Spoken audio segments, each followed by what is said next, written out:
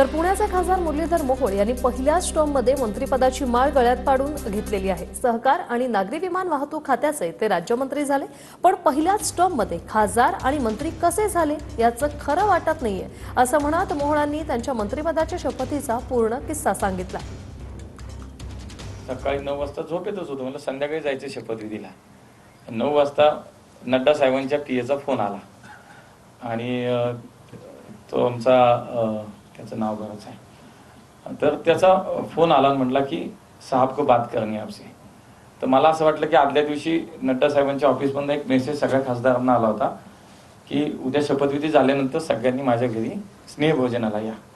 म्हणून मला असं वाटलं की जेवढे जमेल तेवढ्या लोकांशी बहुतेक साहेब बोलतायत।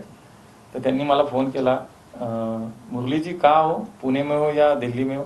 नहीं म्हणलं साहब दिल्ली में हो। तो एक काम करो, असं थोडा पॉज घेतला। मी म्हणलं आता काय, मला काय कळलं, म्हणलं एक शक्यतो पॉज घेतलं, म्हणलं काहीतरी गडबड दिसते।